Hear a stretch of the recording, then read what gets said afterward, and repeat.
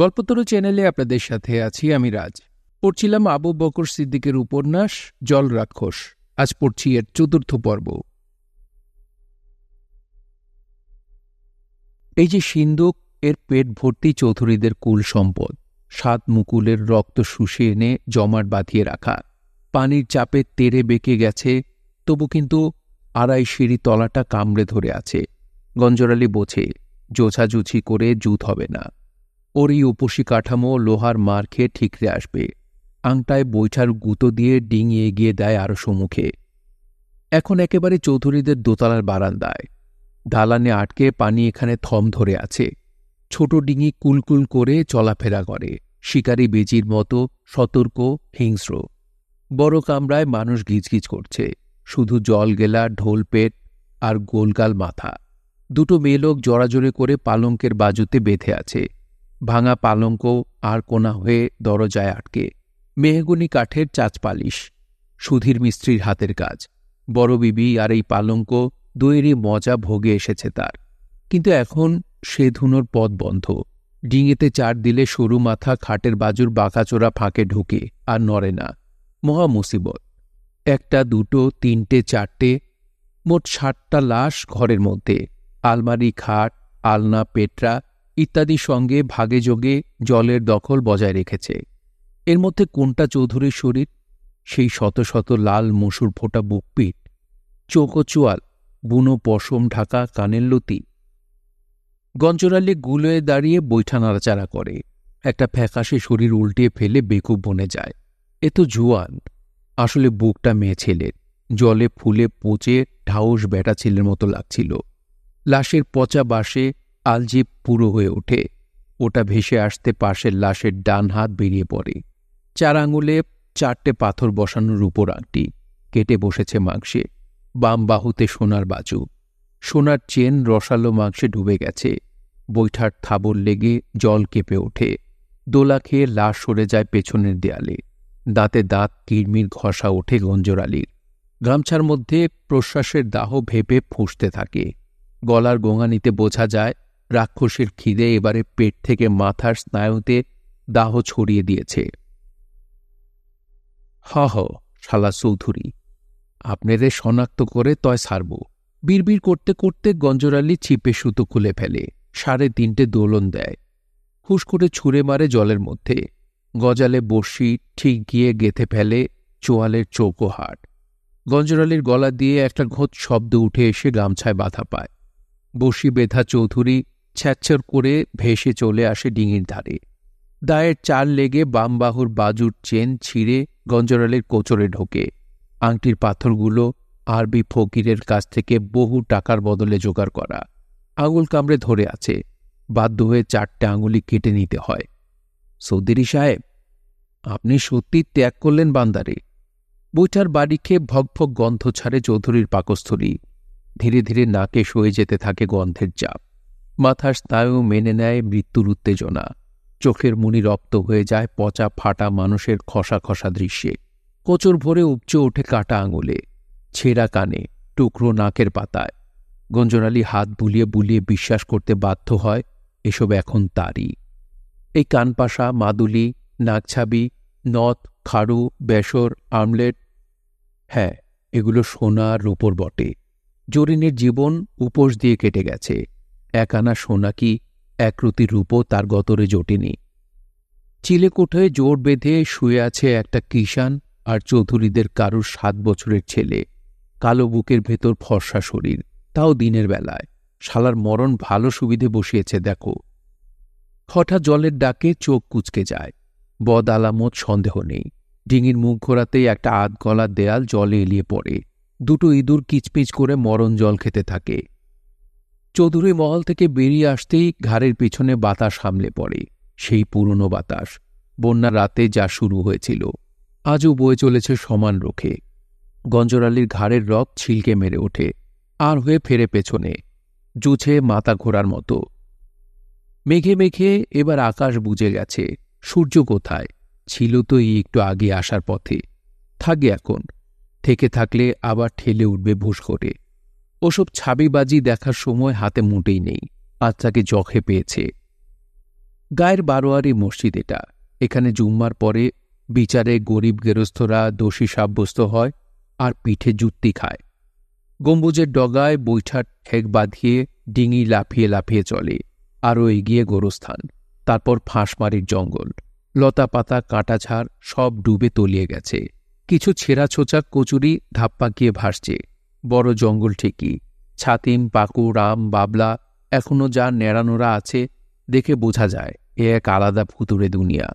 গঞ্জরালি দূর থেকে দেখতে পায় গাছের মাথায় মাথায় জট পাকিয়ে তুফানের ধাক্কা সামলাচ্ছে। হঠাৎ ভুরভুরে কটু গন্ধে দুনিয়া ডুবে যায়।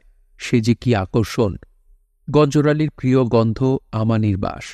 তারও চেয়ে ভ্যাপসা, গুমোট, দমঠাসা। ভারী থিকথিকে গন্ধের অমক টানে পাতলা ডিঙি দুলে এগিয়ে যায়। বেশি দূর যাওয়া সাধ্যে কুলোয় না। শ লাশ গায়ে গায়ে শুয়ে মিশে ভাসন্ত। কয়েক বিঘে পানির উপর নীলচে গদি পাতানো যেন। ছাতিম পাকুড়ের ডালে ডালে ফাঁকে ফোঁকে বেঁধে মানুষেরা আছাড়ি বিছাড়ি খাচ্ছে জলের উপর। গঞ্জরালি শুনতে পায় তারা আ আ আ আ করে ডাকছে, ডেকেই যাচ্ছে। সাহস নয়, ভয়ও নয়, শুধু সেই ডাকের হাতছানিতে ডিঙি লাফিয়ে লাফিয়ে ছুটে চলে। কিন্তু বেশি ভিতরে ঢোকার পথ পায় না। হাতে পায়ে বুকে উড়োতে গলাতে লেপ্টে মিশে চুলটুকু গলাবার ফাঁক আর রাখেনি। তবু সেই গন্ধ, তার বাপটে গ্যাস ভীষণ পেয়ে বসে গঞ্জরালিকে। ভিতরে যেতেই হবে তাকে। মৃত্যুর একেবারে কবজি মূলে যে জীবন, তার কাছে পৌঁছতে হবে। তার তো কথা আছে পাল্টা মার হেনে বাঁচার। কার সাধ্য ঠেকায়? উপসী শরীরে অসুরের বল আসে। রাক্ষসদের যেমন খিদের ঘোরে দাঁতে নখে প্রেরণা আসে, বৈঠা পিটিয়ে দাঁত দিয়ে কুপিয়ে মাংস কেটে পথ করে নিতে থাকে সে। হোক হাজার হোক, কাউকে ছেড়ে দেবার ইচ্ছে নেই আজ। বর্ষি ছুঁড়ে বিধিয়ে এক একটা লাশ ডিঙির নাগালে টেনে আনে। দাঁত দিয়ে কুপিয়ে আঙুল, কান, নাকের পাতা কেটে কেটে মেটে হাঁড়িতে ভরে। হাঁড়ি ভরে গেলে ডিঙির খোলে ফেলে। পচা চর্বির তেল জলে মিশ খায় না, সূর্য ছাড়াই আলাদা ছকছক করে। গঞ্জরালির বুকের মধ্যে খুব সাবেকি ফুসফুস। সেখানে সামান্য বাতাস আর কালিগোলা রক্ত। সেই রক্তের আর বাতাসের কয়েদখানা থেকে বেরিয়ে আসার জন্যে সূর্যের ডেলা ধুকুর পুকুর করে। সোনারূপো খেতে খেতে ডিঙির পেট ভরে যায়। গঞ্জরালি বুঝতে পারে সে এখন সত্যি ক্লান্ত। দু চোখে সাংঘাতিক ঝিম নেমে আসবে। ডান কাঁধে সেই ফুলো জায়গাটা টসটস করছে। খুব ঝুঁকে পড়ে জলের ডাক শুনতে থাকে। শুনে শুনে পুরনো হওয়া শব্দে আবার নতুন করে চেতনা পায়। ঘাড় খিমচে ধরে খিকখিক করে হাসে। মুখে বাঁধা গামছায় আটকে যায় সে হাসি। ফাঁসমারির সঙ্গে ভাতার মারি, ছেলার মারি ইত্যাদি মিলিয়ে একটা খুব লোক প্রচলিত গান গায়। মুখের গামছায় আটকে খোনা হয়ে যায় সে গান। পানি বলছে, চল, ফিরে চল এখন। জীবনটা গার্বিত ডাঙায় নাকি? ডিঙির মুখ এবারে আবার ডাঙার দিকে ফেরে। না, ডাঙার কোনো নিশানাই দেখা যাবে না এই ভাসান দেশে। একটিও জ্যান্ত জীবন নেই এই নিচেও ছড়ানো বর্গ বর্গ জলক্ষেত্র জুড়ে। একটি পাখনারও পথপথ নেই ধূমকালো আকাশের জলসন্ধিতে। অনন্ত অশুভ অশুভ্র রং। তার পুরো লেপ লাগা কালো জল ঘুরে ঘুরে পাক কষে কালো কালো ছোট নৌকোটাকে ঘিরে। গঞ্জরালির পেশি ফেটে ওঠে উজান তোড়ে। হ্যাঁ, এটা উজান টানি বটে। সারাটা ফিরতি পথ এখন উজান মারার পালা। সিন্দুর কাঠের বৈঠায় কুয়ারের জেদ ধনুক বাঁকা হয়ে প্রতিরোধ বাধায়। গঞ্জরালি আঙুল দিয়ে ঠোঁটের কোণা থেকে নুনের কষ মুছে নেয়। মোটামুটি ধরে নিয়েছে সে লড়াইয়ে জিত হয়েছে তার। রিলিফ না দিয়ে ওফাজিদের মারা হয়েছে। 3 দিন না খেয়ে থাকার পর এবার চরম শোধ নিয়েছে সে, যাকে বলে দাদের দাঁত তোলা। খিদের হাতে মরণ নেই আর। পানি বেটি, তুই আর কি কামড় দেখালি? আয় আয়, তোর সঙ্গে এক হাত হয়ে যাক। নৌকো ঘুরে যায় বাঁও করে।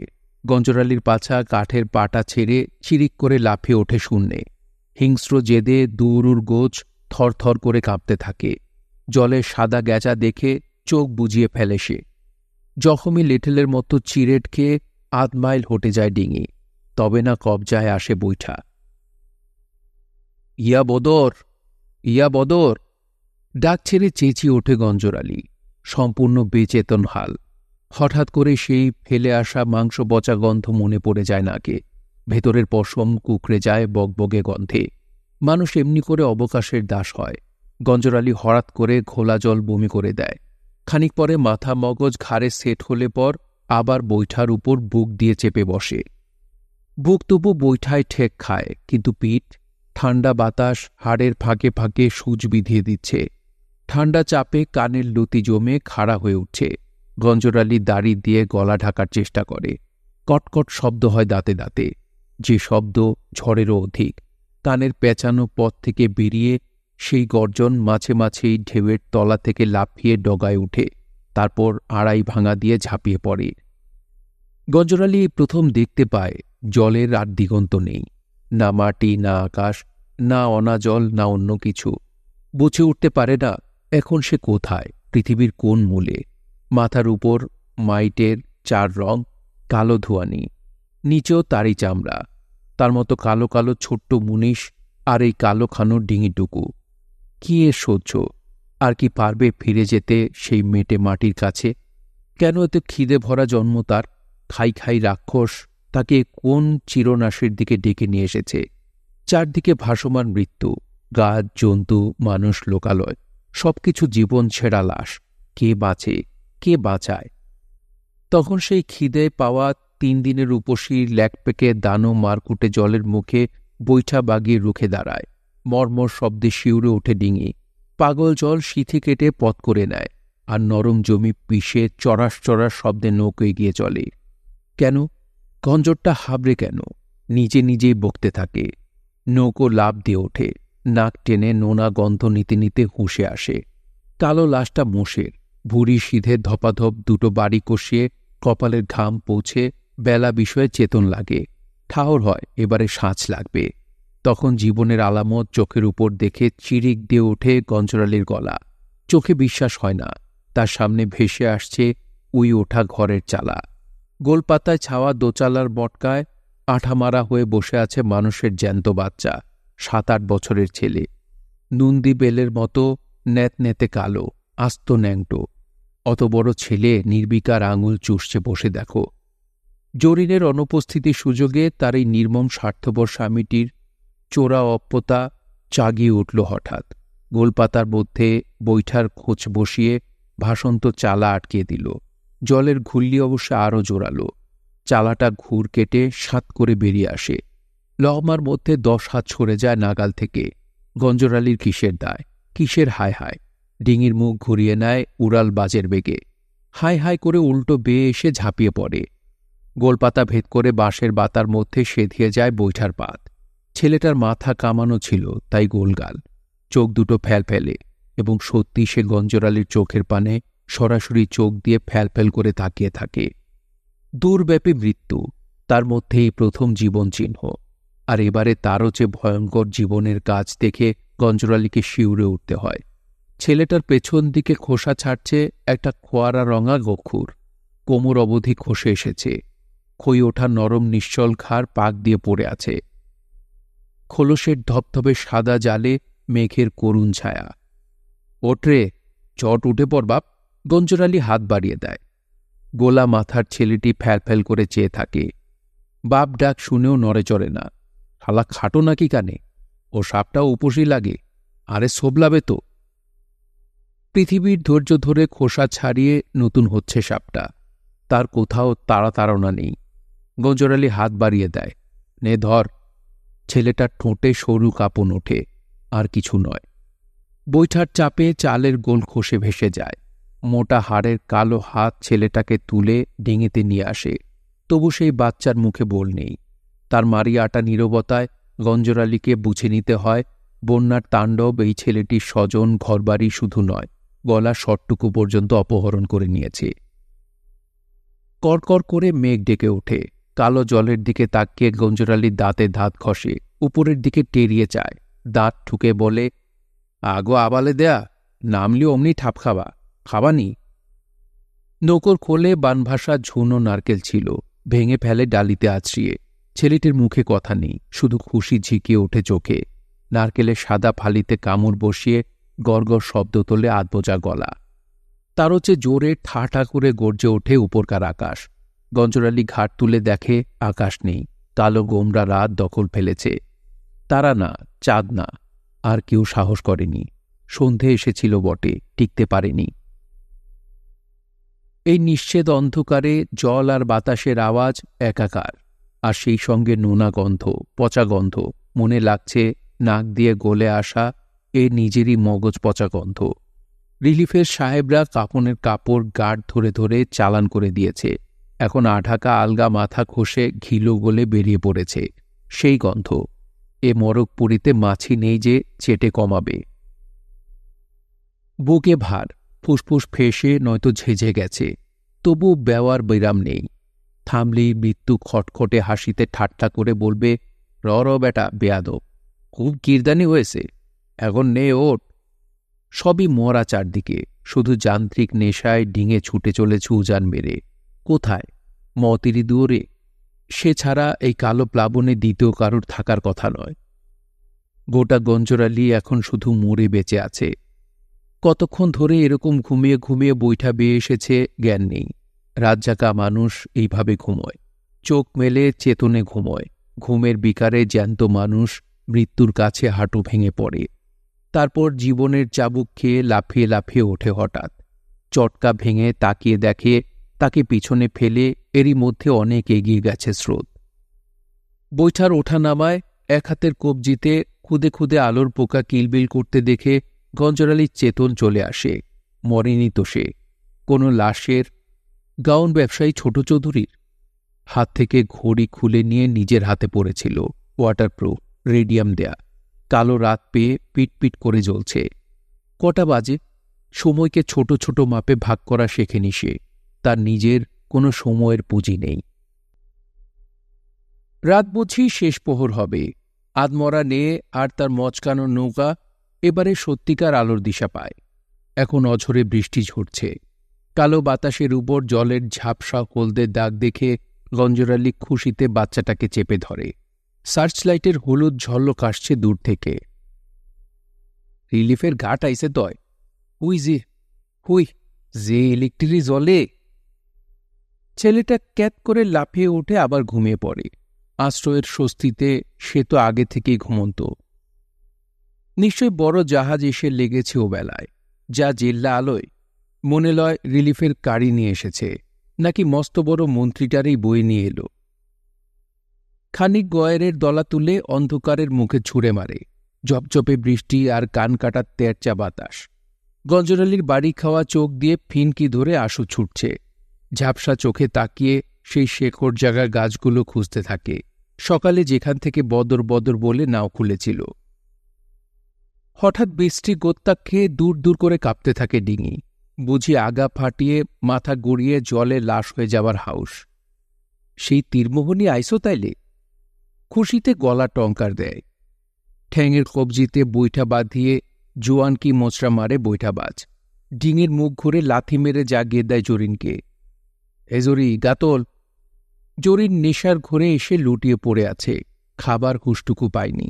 চোখ মেলেই সামনে প্রতিধন ও নতুন ছেলেটিকে দেখে ভরকি লাগে। চোখ কচলাতে কচলাতে বলে, কি কন গো প্রতিধন? মাগো, এটা কেডা? গঞ্জরালি যথোচিত প্রভুত্ব নিয়ে হেঁকে ওঠে। রাইতে গেছিলি রিলিফ আনতি না? যে তো আনিসি। ঠাপ খাইছস? জরির না খাওয়া শরীর তীর তীর করে কাঁপতে থাকে, উত্তর জোগায় না মুখে। কি জবাব দেবার নেই না? অয় নাংসুরানি, জবাব কই থুইছিস ক? হ্যাঁ, জরিন রাতের ১.৫ প্রহরদক সেই ভোরেল রিলিফ অফিসারের ঠাপানি খেয়েছে। তবেই না অত অত মালামাল কোচর ভরে এনে তুলেছে। শরীরের উপর দিয়ে যে কি গরকি গেছে তা সে জানে। এখন আর কোনো কিছুতে সাড়া ওঠার নয়। গঞ্জরালি পুরো পরশে জোরের চুল পাড়িয়ে ধরে ধুনতে থাকে। সেনাল, এ রক্ত কিসের? কিসের রক্ত? কিসের রক্ত? কিসের রক্ত? সাধারণত আদিম জীবের রমণেচ্ছা এইভাবে জাগে, কলহ থেকে সংঘাত থেকে সঙ্গম। থন, আপনার পাও ধরি, আন্না স্যাক দেন, আন্না চুলডুল গেল, আল্লাহ। সেই অনিশেষ ডুকরানির মধ্যেই নিষ্ঠুর যৌনক্রোশ জরিনের যোনি বিদ্ধ করে। শুধু অপ্রাপ্তবয়স্ক পুরুষ ছেলেটির দার্শনিকতাগ্রস্ত দুটি গোল্লা চোখ, আর কোনো তৃতীয় পক্ষ থাকে না এই প্রাকৃত ধর্ষণ দৃশ্য প্রত্যক্ষ করার। মাথার উপর আবার মেঘ চেপে আসে, আর আসে ঠান্ডা বাতাস, দূরবৃষ্টির গন্ধ বয়ে নিয়ে। তিনটি প্রাণী সস্তা তৃপ্তির অবসাদে অবশ।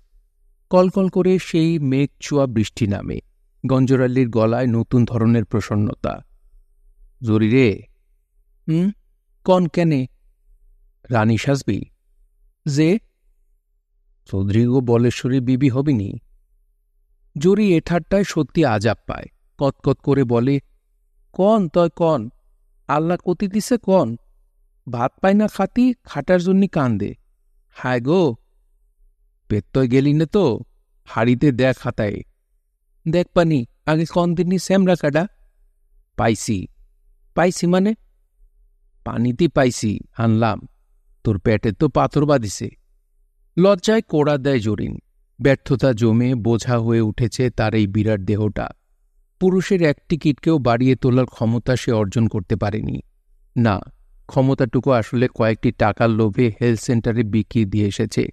তবু তাকে গঞ্জরালি তালাক দেয়নি। না দিয়ে এক নাগারে গো নিয়ে খুঁড়ে চলেছে জন্মনারীর গোড়া। জরিনের বড় চোরা কান্না, বাছাবাছির হাউস আর নেই। এখন পেটের হোক পথের হোক একটা জ্যান্ত কিছু পেলে হল।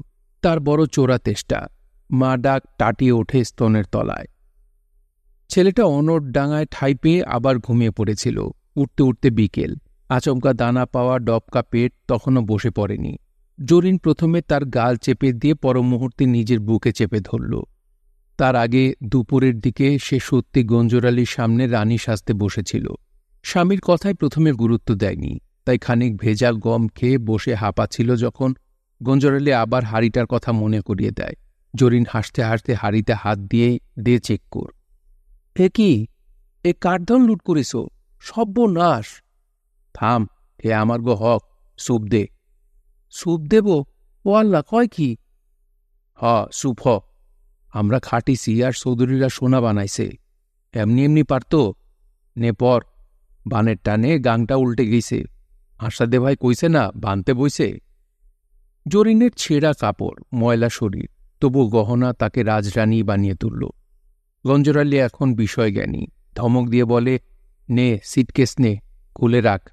চোর ডাকাতরে দেয়া যাবে না, এই দিয়ে বাস্তি হবে কলাম।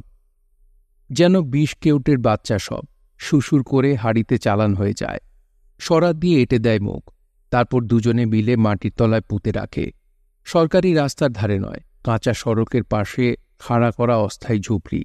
তার আয়ত্তে আটকানো বেআইনি মাটি, তার তলায়। এখন বিকেল প্রায়। বাতাসের ভাব ভালো নয়। রাতে পানি বাড়বে বোঝা যায়। আবার ঢল নেমেছে দেয়ায়। বদবদে গন্ধ উঠছে পচা কাদা থেকে। কচা ডালের খুঁটি বেয়ে পাক খাচ্ছে শামুক। দারুণ দুর্গন্ধে নাক বুজে আসে জরিনের। গঞ্জরালিও ওয়াক করে বমি করে দিল। ছেলেটার দাস্ত হচ্ছে, শুধু পাতলা ঘোলা পানি। পাছা উরু সমস্ত মাখিয়ে ফেলেছে। জরিনের ফাও তেনাকানি নেই। কি দিয়ে মোছাবে? শুধু অঢেল বৃষ্টির জল, তাই দিয়ে যত ইচ্ছে ধোয়ানো চলে। উৎসাহ আর যত্ন পেয়ে দাস্তের জলও নিশাল ধারায় পিচকিরি দিয়ে ছুটছে, সঙ্গে জলের বমি। মানুষের দেহে এত জল! দুমুখো চাপে গলা ও গুহ হাল্লাক হয়ে সদরনালী। বিরামের নাম নেই। ভেদবমির এমনই গুণ, দেখতে দেখতে চোখ বসে যায় ছেলের। ঠোঁটের পাতা কালো হয়ে আসে। গঞ্জরালি গজগজ করে। রিলিফ খাইছে? পসা রিলিফ, পসা দুধ, পসা বিস্কুট, পসা গম। বোঝো কেমন টেহে? জরিন ছেলে বুকে নিয়ে হাউ হাউ করে কাঁদে। সদ্য গজানো মাতৃত্ব তাকে পুরো স্বাদ বুঝিয়ে দিতে পারেনি। তার আগেই ছাড়া দশা। মনে হয় বোবা ছেলের পাল্লায় পড়ে সেও বোবা হয়ে যাচ্ছে। কি বলবে, কি করবে কিছুই বুঝতে পারে না। শুধু আতঙ্কের কাঁপুনি আর হতাশার কাঁদুনি। হারে, এক ফোঁটা মাসুম বাচ্চা! কি হলো? হইছে ভ্যাদ। চিত হয়ে শুয়ে থেকে মত প্রকাশ করে গঞ্জরালি। তারও বার কয়েক হয়েছে পাতলা পায়খানা। ভেদ কিনা এখনও নিশ্চিত হতে পারেনি। সামনের ঝুপড়ি থেকে শিয়ালে এই বিকেলেই বাচ্চা তুলে নিয়ে গেছে। মাটা কুয়োল দিয়ে কাঁদছে। সেই কান্না শুনে জরিনও কুয়োল দিয়ে ওঠে। আগো, মোর বাসাটা রে! আসলি যদি তা পাসপিনি কেন? বাজান আমার, বাইসে ওঠ, ও আমার বাজর রে। জম্পেশ করে সন্ধে ধরেছে। জরিন মুখে মুখে পাতি গুরুর হাতও ধরছে, পাও ধরছে। সে যদি ছেলেটাকে বাঁচিয়ে দিতে পারে, আর কিছু না পারুক, গহনাগুলো তুলে দিক, ক্যাম্পে নিয়ে বেচে টেচে যদি ওষুধপত্র নিয়ে আসতে পারে। গঞ্জরালি গরম গলায় বলে, তাহলে ক্যাম্পের অফিসাররা ডাকাতির মাল সন্দেহে তাদের ধরে সদরে চালান দেবে, আর হাড়ির দৌলত সবই আসল ডাকাতের দল গাল করে দেবে। জরিন কেন যে বোঝে না, কেঁদে গরিবের হকদারি টেকানো যায় না। জরিন ধ্যান ধরে ছেলের পুরনো রূপ দেখে। কার ছেলে? এ কোত্থেকে এসে উঠেছে? এতটুকু পরমায়ও নিয়ে কি দরকার ছিল আসার? যে মায়া মা বাপের স্মৃতির অধিক, তার গেজামিল মেশানো ভাগটুকু পেয়ে জরিনের অস্তিত্ব গলে যেতে বসেছিল। আবার এখন মারির মার খেতে বসে যে চট করে শক্ত হবে ধাতে কুলোচ্ছে না। ভীষণ ক্রোধ হচ্ছে কোমর ঝুলিয়ে শুয়ে থাকা ওই শয়তান মুরকুটের উপর। পুচপুচ করে হাঁকছে আর যন্ত্রণায় মুখ ভ্যাটকাচ্ছে, মাছি বিজবিজ করছে। তার আবার ক্ষমতা নেই। লোকটা সুস্থ থাকলে কিছু একটা করতে পারত তো। গছিয়ে দিয়ে এখন নিজে রোগ বাঁধিয়ে বসে আছে। ছেলেটার লাউ পেট ধসে গেছে, নেভা চোখে চেয়ে আছে, শিরশির করে ঠোঁট কাঁপছে। হয়তো বলতে চাচ্ছে, আমায় তোমার গায়ের তাপ দিয়ে বাঁচাও মা। বলতে পারছে না, গলা দিয়ে শুধু ঘষা বায়ু বেরোয়, শব্দ ওঠে না। উঠলে লোকে আর তাকে বোবা বলতো না। বমিদাস্ত সব জরিনের হাতের উপর দিয়ে বয়ে যাচ্ছে। কি দিয়ে মোছাবে? সামান্য নেতা বৃষ্টিতে যতটুকু না ধোয়া যায়, তার চেয়ে বেশি ধোয়া হয় চাল ধোয়া দাস্তের জলে। নদীর ডাক বাড়ছে, বাড়তে বাড়তে ঝড়ো বাতাসের গোজানিকে ছাপিয়ে যাচ্ছে। শাড়ির পাট দিয়ে কলাপাতার চাল বাঁধা ছিল, এক ধাবরে সেটুকু উড়ে যায়। কদাকার দৃশ্যটা গোটা ক্যানভাস নিয়ে খোলা পড়ে থাকে আকাশের মুখোমুখি। জরিন দুহাত তুলে উপরের দিকে চায়। সপসপে বৃষ্টি, ঢালা ধোয়াটে মেঘের আকাশ, তার বেশি কিছুই দেখার নেই। উকুক করে হিক্কা তুলছে ছেলেটা, দাঁতে দাঁত ঠুকে কাঁপছে। পুষ্ট মাই জোড়ার গরম দিয়ে ছেলেটাকে তাতানোর চেষ্টা করে চলে জরিন। ওভাবে তো কোনোদিন মৃত্যুর শীত কমার কথা নয়, বড় সীমিত জীবনের দেহবল। ছেলেকে পাটা পিঁড়ির উপর শুইয়ে রেখে জরিন উঠে দাঁড়ায়। বৃষ্টির পানিতে রোগড়ে রোগড়ে হাতের ময়লা ধোয়। কাপড় ঘুরিয়ে গাছ কোমর বেঁধে নেয়। তারপর বিস্কুট আর দুধের টিন বুকে আঁকড়ে নিয়ে ঝুপড়ির বাইরে বেরিয়ে আসে। তখন কাল সন্ধে। নদীর জল রাস্তার উপর খাবল মারছে। দূরে দেখা যাচ্ছে ইলেকট্রিকের আলো বৃষ্টিতে জমে আছে। কার জানি বাঘা গলা মাইকের ভেতর গাঁ গাঁ করছে। এই অবস্থায় হঠাৎ বা নেনির সঙ্গে দেখা। চুলছাড়া পাগলি ভৈরবী শিয়ালের মুখ থেকে 3 মাসের অর্ধেক ছেলে ছিনিয়ে নিয়ে এসেছে। কাদা ভেঙে কোথায় ছুটে যাচ্ছে ঠিক নেই। জরিনের মুখে পড়ে হাহাকার দিয়ে ওঠে, এই আতক্ষণ সোয়াল পাইছি, দেবে না মানে? যাবে কোয়ানে? জরিন তাকিয়ে দেখে বানিনীর হাতে রক্তমাখা ঠ্যাং আর কোমর, নাড়ি ঝুলছে থলথল করে। ও জরিবু, খোকারে গোড় দেব, কাফন পাই কই? সাবান কই? লোবান কই? ও জরিবু, আমার খোকারে গোড় দেব না? জরিন দুধ বিস্কুট বুকে নিয়ে ছুটে পালায়। প্রচণ্ড বৃষ্টি আর দমকা বাতাসে মেয়েলি গলায় আর্তচিৎকার কেটে কেটে ছড়িয়ে যায়। তোমরা ক্যাডা ক্যাডা দুধ নেবা, বিস্কুট নেবা নেও, আমার সোয়ালটারে একটু ওষুধ এনে দাও। ওলো দুদুরা, বাইডিরা, ওর বেদ হইছে, ওরে বাঁচাও, বাঁচাও গো। অন্ধকার চিরে চিরে সর্কির ফলার মতো সেই স্বর এ মাথা ও মাথা ধাওয়া করে। নদীর বুকে কোটি কোটি লোভ জিপ লাফিয়ে ওঠে, তার অনন্ত খিদে। তখন বন্যার্তদের জন্যে সেবামূলক গান হচ্ছে মাইকে, হয়তো এরপরই খাওয়া। গঞ্জরালের কিছুটা চেতন ফিরেছে। মনে হচ্ছে পুরো বুকটাই খালি কলসি হয়ে আছে। বুক ঘেঁষড়ে ঘাড় কাতিয়ে ভোঁক হা করে ধরে। ইচ্ছে করলে আকাশে সারা বৃষ্টি চুমুকে শুষে আনতে পারে। ময়লা পচা গামছা নিংড়িয়ে ছেলেটার মুখে জল ঢালে। ময়লা জল দাঁত ভেদ করতে পারে না, কষ বেয়ে গড়িয়ে নিচে পড়ে। দাঁত লাগিছে দেহ, গঞ্জরালি মনে মনে বলে। চুলের জলে আঙুল ঢুকে আটকে আছে। খুব ভাবতে ইচ্ছে করছে, কিন্তু কি যে তা খুঁজে পায় না। সাদা, বেগুনি, হলুদ এইসব রং তার মাথার মধ্যে পাল্টাপাল্টি আসা যাওয়া করছে। একবার মনে হচ্ছে বিরান জ্বর, সবটা ধুধু। আবার মনে হচ্ছে মেঘ জমে জমে আলকাত্রার মতো ভারী হয়ে আছে। কোনো চিন্তাভাবনা তার উপরে বা মধ্যে নড়াচড়া করতে পারে না। মাইকে এখন আবার বক্তৃতা চলছে। এটাকে বলতে হবে সভাপতির ভাষণ। চৌধুরীর সঙ্গে মিটিংয়ে গিয়ে গিয়ে সভা সমিতির শব্দগুলো সে শিখে নিয়েছে। সভায় যাবার আগে গঞ্জরালিকে খাড়া করে চৌধুরী মস্ক করত। ওই বান্দির বাচ্চা, তুই হলি গে পাবলিক, কারা সামনে সভাপতির ভাষণ দেই শোন। চৌধুরী সাহেবের মতো বড় মানুষ এই তল্লাটির দ্বিতীয়টি তার আর দেখা নেই। মোটাসোটা বাটলু মানুষটি, বুক ছাপিয়ে কালো কোঁকড়া পশম কাঁধে উঠেছে। তার এক চাকলায় কতখানি জমি গঞ্জরালির হদিশ জানে না, শুধু মনে পড়ে তাকে নিয়ে চৌধুরী হাঁটা শুরু করেছে। মাঝপথে গিয়ে কেলিয়ে পড়েছে, গাল দিয়ে শ্বাস নিতে নিতে মুখ খিস্তি করেছে। ও হারামজাদা, মজা দেখছিস? গামছা দিয়ে বাতাস দেবার পারিস না?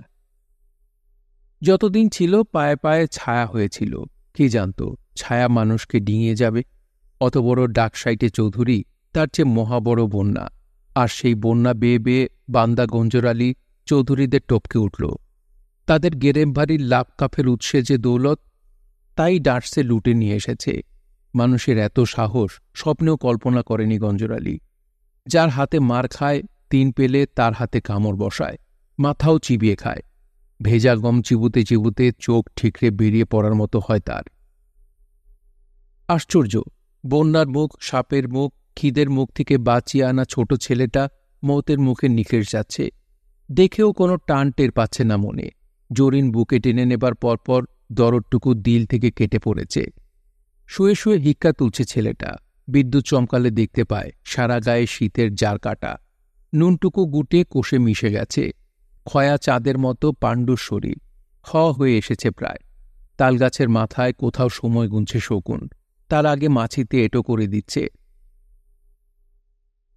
গঞ্জরালি দু হাতের পাতায় জোড়া লাগিয়ে উঁচুতে তুলে টান মারে। কটকট শব্দে গিরেগুলো বাজে। হাত দুটো আরও উপরে তুলে আড়মোড়া ভাঙে। তারপর নিচে নেমে ছেঁড়া ফাঁসা কলা পাতা কুড়িয়ে এনে উপরের ছাউনি ঠিক করে। ছেলেটাকে টেনে ভিতরে সরিয়ে আনে। এই ছেলে বেঁচে গেলে একে আর চৌধুরী বানাতো না, মানুষ বানাতো। মানুষ মারা পাপে চৌধুরীর জমি গেল, জরু গেল, জেওর গেল, আখেরে জানও গেল। এদের এই পরিণাম তবে। দেখো না, আমি শালা গঞ্জ ঠিক টিকে আছি, আমার জমি নেই, কি যাবে? জরুটা আছে, জেওর তাও হলো, এখন জানটা। কোন মাগ ছিনতে আসবি, আয়। সৌভাগ্য বড়ই অবিশ্বাস্য ধন, তাই বারবার যাচিয়ে নিতে হয়। কাদার তলায় শক্ত এঁটেল মাটি, তার তলা থেকে কাজেই আবার সোনার উপর হারিয়ে উপরে উঠে আসে। জল ধোয়া নির্লজ্জ জেল্লায় জেওরগুলো দু চোখের তারা ধাঁধিয়ে দেয়। এই যে মাকড়ি, এর আরেকটা কই? বড় বিবি সাহেবা পড়ত, এখন তার জরিন পড়বে। ভোমা সাইজের পাথর বসানো এই রূপোর আংটিটা নায়েব সাহেবের আঙুলের ভূষণ। বিবিকে দুরস্ত করার সময় এই আঙুলটার নিয়মিত ব্যবহার করত। এই সোনার হাসুলিটা বলেশ্বরী বিবির গলার, আর এই যে সোনার মাদুরিটা মনে নেই কার বাচ্চার। যারই হোক, এটাও বেচা যাবে না, এই ছেলের কোমরে বেঁধে দেবে। কোদারে, তুই তাড়াতাড়ি সায়রে ওঠ। মাইকে এখন আমার সোনার বাংলা। তাহলে হ্যাঁ, এইবার দিবে খেতে। খাসি বলো, গরু বলো, ও মাংসের চেয়ে তোমার হাড্ডিতেই মজা। আরও যদি বিরিয়ানির চাপা পোলাও থেকে গরম গরম ঢুঁড়ে বের করে আনতে হয়। খায়নি, শুনেছে।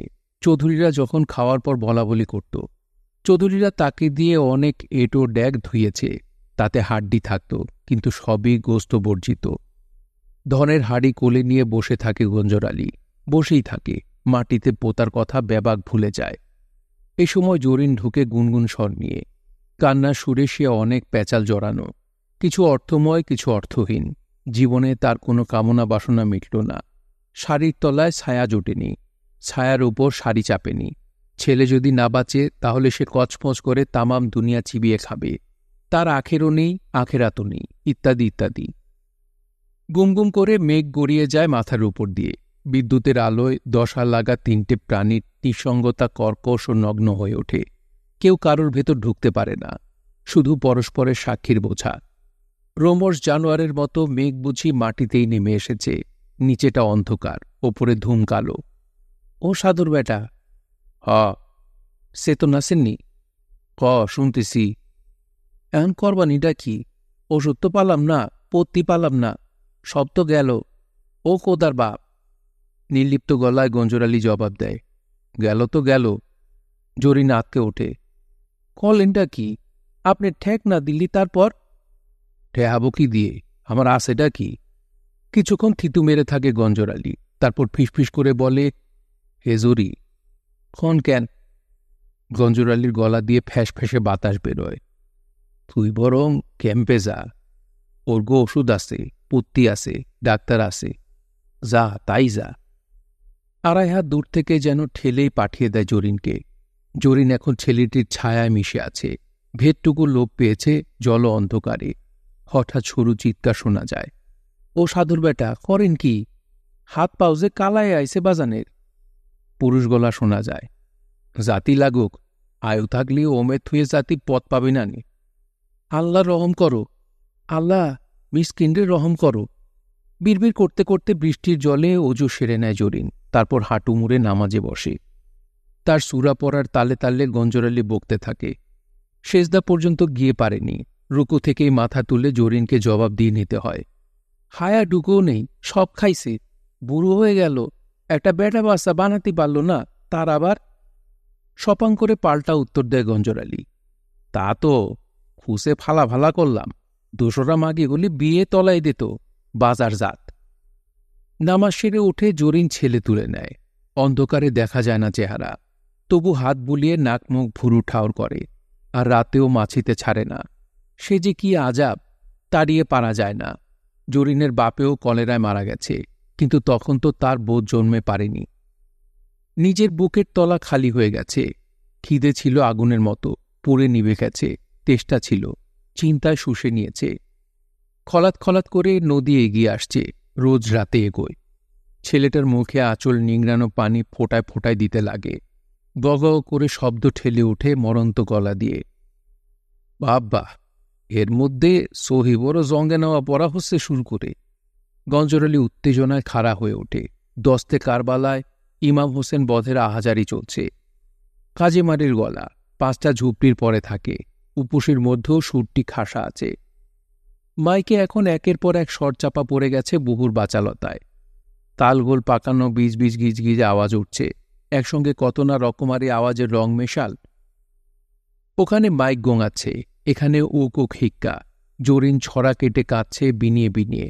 তারও চেয়ে জোরে বাতাস বইছে, যেন বুবা কানা বয়রা জীবনভর শোকের বাতাস।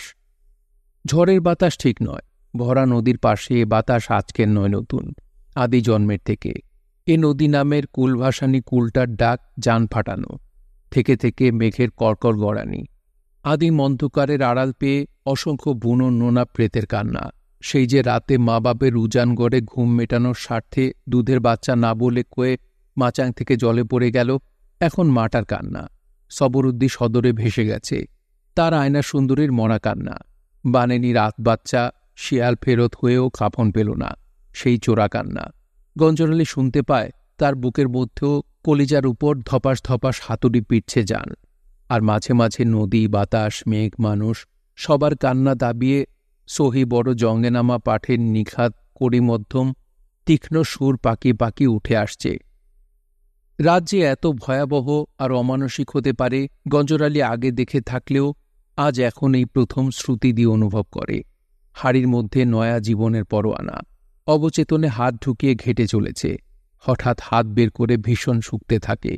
নতুন বইয়ের তেল পচপচে মাথা শুকে যেমন সইরা, না, দুর্গন্ধের চিহ্নমাত্র নেই।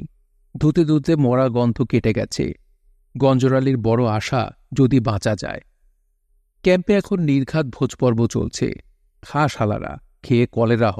রুইয়ের মুড়ো, খাসির কল্লা, কি পাকানো ভাত, হলুদ সরপরা দই, দানাদার আর ছানা সন্দেশ। খা, খেয়ে মর্গে কুষ্টি সমেত করে যা। ট্রাকের শব্দ হচ্ছে, একটা কি দুটো। জরিনের দুটো হাত দারুণ শিউরে ওঠে। হাতের মধ্যে ছেলেটা মোচড়াতে শুরু করেছে। ডান হাত কোনোয় অবধি বোমের পাতলা জলে ভেসে যায়। ছেলেকে নামিয়ে সে উঠে দাঁড়ায়, খোপা করে চুল বাঁধে, কোমরে কাপড় জড়ায়, নাক ঝেড়ে চোখ মুখ ধুয়ে মুছে পবিত্র পরিচ্ছন্ন হয়। তারপর গঞ্জরালির সামনে এসে দাঁড়ায়। কিছুই দেখা যায় না, শুধু ধুধু চরপাড়ি দেওয়ার শুকনো নিঃশ্বাস আর তার তাতানো আগুনে জ্বলে ওঠা আংরা চোখ আর সামান্যতম ভাষা। যাইগে? কই? ক্যাম্পে। কলেরা যে, নুনের ইঞ্জেকশন লাগবে, দেহি যদি আনা যায়। যা তয় যা, ওডারে বাঁচানোর দরকার, সাপেও কাটি নেই। জরিন বড় কষ্টে একটা মাইলটাক দীর্ঘ দম ধরে রাখে, তারপর লিক খাওয়ার টিউবের মতো অল্পে অল্পে ছাড়তে থাকে। একসময় সবটুকু খালাস হয়ে শূন্য পাতলা টলতে টলতে নিশ্চিহ্ন হয় অন্ধকারে। কালো রাত চিরে চিরে যাচ্ছে, বাইরে কোথাও কুকুরের কান্নায়। কালো রক্ত ঝরে ঝরে মাটির কাদা কালো হয়ে যাচ্ছে। মনে হয় খেতে পায় না কুকুরটা, উঠে যাবার তাগদ নেই। আধ মাইল দূরে শরণার্থী শিবিরে খাবারে কাদায় গড়াগড়ি। দূরে শুয়ে শুয়ে গন্ধ পায়, কুকুরের নাক দূরের গন্ধ টেনে আনে। চালার ঢালু কোনা বেয়ে পানির ধারানি, সে ধারাপাতে মাটিতে ক্ষয় ধরেছে। নরম জল পড়ে পড়ে শক্ত মাটি গর্ত করে চলেছে। গঞ্জরালির মরা চোখে এই নগ্ন ক্ষয়কাজ বিন্দুতম বিকার তুলতে ব্যর্থ। মুহূর্তে তার প্রবৃত্তি আসক্তিও স্পৃহারহিত। কোমর ধরে আছে, দাঁড়া ও দাকনা জুড়ে বৈঠা বাওয়ার যন্ত্রণার জের। ছেলেটা বাঘারে ভর দিয়ে উবুর হয়ে পড়ে, দু ঠ্যাং টনটনে সোজা। উঠে গিয়ে চিৎ করে শুয়ে দিল, হাতখানা বুকের উপর তুলে ভাঁজ করে রাখল। চুলগুলো কি মোলায়েম, জলে ভেজা, যেন বড়লোকের বানানো ছেলে। হঠাৎ খেয়াল হল, এ কে? কার গায়ে তার ভালোবাসার হাত? তখন ব্যস্ত্রতস্ত্র হাতখানা নিয়ে ছেলেটার বুকে রাখে। না, দোলন নেই। নাকে রাখে। না, এ হাতে কোনো গরম ভাব পড়ে না। অপ্রস্তুত হয়ে হাত তুলে নেয়। না, নাড়ি ছেড়ে গেছে। গঞ্জরালি ভেবেছিল বৃষ্টি ভেজা শরীর, তাই ঠান্ডা। এখন তার হাত বলছে এ ঠান্ডা আসলেই কালহিম। এখন তার হাত বলছে এ ঠান্ডা আসলেই কালহিম। কলকাঠি অচল হয়ে গেছে, আর কোনোদিন তাপ ফিরে আসবে না। মরিচির খেপে গেছো তয়, বাঁচলে। তবু তেতো মুখে কথা বলে গঞ্জরালি। বকতে বকতেই ছেলেটার চোখের পাতা নামিয়ে দেয়। জরিনের ছেঁড়া শাড়ি দিয়ে পা থেকে মাথা অবধি ঢেকে দেয়। পেছনের আকাশ খুব বেশি ফাঁকা লাগছে। আশ্রয়দাতা পুরনো উড়ি আম গাছটা কখন নদীর পেটে দিয়েছে টের পাওয়া যায়নি। রাতটুকু পোয়ালে ঝুপড়ি তুলে সড়কের ওপর নিতে হবে। নদীতে সড়কও খেয়ে নেবে মনে লাগছে। তখন অন্য ব্যবস্থা ছাড়া উপায় থাকবে না। শুনছিলেন আবু বকর সিদ্দিকের উপন্যাস জলরাক্ষস। পড়ছিলাম এর ৪র্থ পর্ব। উপন্যাসটি আপনাদের কাছে কেমন লাগছে তা অবশ্যই কমেন্ট করে আমাদেরকে জানাতে পারেন। ভালো লাগলে একটি লাইক করবেন, চাইলে শেয়ার করে অন্যকে শোনার সুযোগ করে দিতে পারেন। সবাই ভালো থাকবেন, সুস্থ থাকবেন এবং গল্পতরুর সঙ্গেই থাকবেন। ধন্যবাদ।